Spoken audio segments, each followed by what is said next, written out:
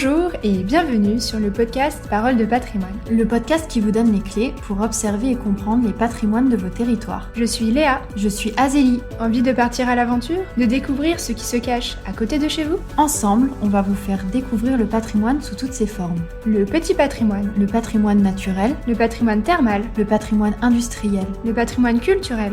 Retrouvez-nous 1 à 2 fois par mois sur une thématique qui vient décrypter un des aspects du patrimoine, en format duo ou en format invité. On vous donne nos meilleurs tips et nos recommandations pour vous faire partager l'envie de partir à la découverte des différents patrimoines de vos territoires. Et c'est parti pour l'épisode du jour.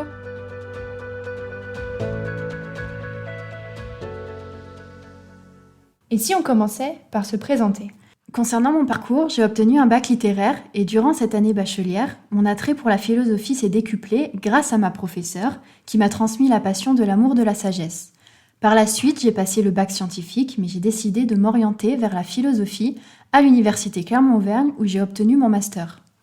Dans mon parcours philosophique, le développement de la culture personnelle a été primordial et par la suite, j'ai souhaité poursuivre mes études en me dirigeant vers un master professionnalisant, tourné vers le développement culturel des territoires ruraux, voire hyper-ruraux d'où je proviens.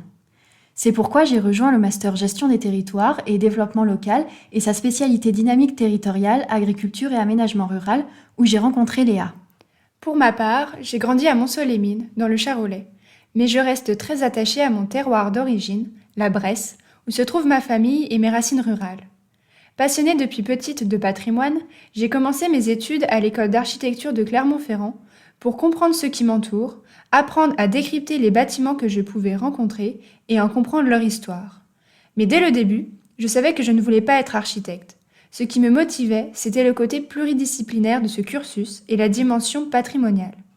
En fin de licence, j'ai pris la voie du master de gestion des territoires, où je me suis spécialisée dans les dynamiques rurales et où j'ai rejoint Azélie.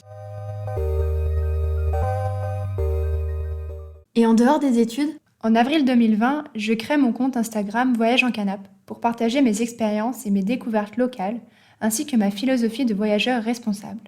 Mon envie? Sensibiliser les gens sur ce qui se trouve à côté de chez eux et partager l'idée que le voyage n'est pas qu'à l'autre bout du monde. de mon côté, je n'ai pas passé les concours de l'éducation suite à mon master de philo, mais ayant grandi avec des parents enseignants, la question de la transmission a toujours été très importante pour moi. C'est pourquoi j'anime des ateliers philo sur des sujets d'actualité au sein des médiathèques et des tiers-lieux du Puy-de-Dôme et de la Creuse. Et pourquoi ce projet de podcast? En ce début d'année scolaire 2021, notre passion commune et notre envie mutuelle d'aider les territoires ruraux à développer tout leur potentiel nous ont conduits à la réalisation de ce projet de podcast Afin de faire découvrir le patrimoine français local au travers de nos deux casquettes, l'architecture et la philosophie. mais aussi vulgariser ce pan de la culture française qu'est le patrimoine pour développer votre curiosité. Et montrer les différentes facettes du patrimoine et donner envie d'aller les découvrir à travers des interviews et des recommandations personnalisées.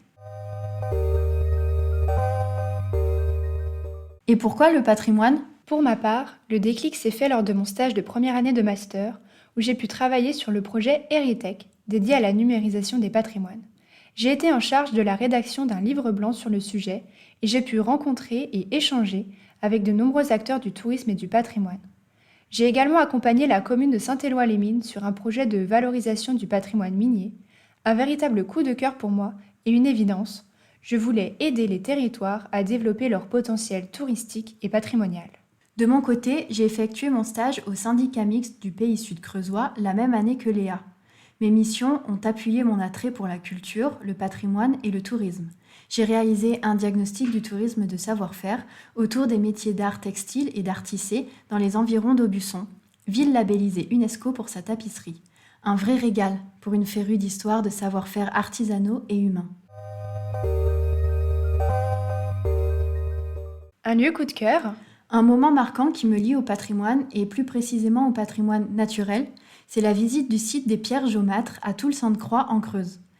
Pour vous décrire l'ambiance, les pierres tiennent en équilibre les unes sur les autres. Ce sont comme des gros menhirs que porterait Obélix. La vue est resplendissante sur toute la vallée avec en fond le château de Boussac où logent de magnifiques tapisseries.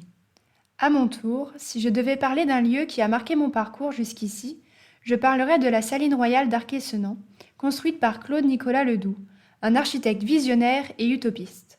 J'ai été frappée par l'architecture monumentale du lieu et l'organisation très réfléchie des bâtiments. L'histoire de ce site m'a marquée et passionnée dès ma première visite et j'ai eu la chance de pouvoir rencontrer l'équipe de médiation lors de mon dernier stage. Un coup de cœur et une référence dans mes projets. Si tout cela a éveillé votre curiosité, alors on se retrouve très prochainement dans les prochains épisodes. Retrouvez-nous pour la suite sur toutes les plateformes d'écoute et en vidéo sur notre chaîne YouTube Paroles de Patrimoine. Vous pouvez aussi nous rejoindre sur nos comptes Instagram, Voyage en Canap et Philozélie, et souscrire à la newsletter du podcast pour ne rien rater de l'aventure. Et si vous avez aimé cet épisode, n'oubliez pas de nous laisser votre avis.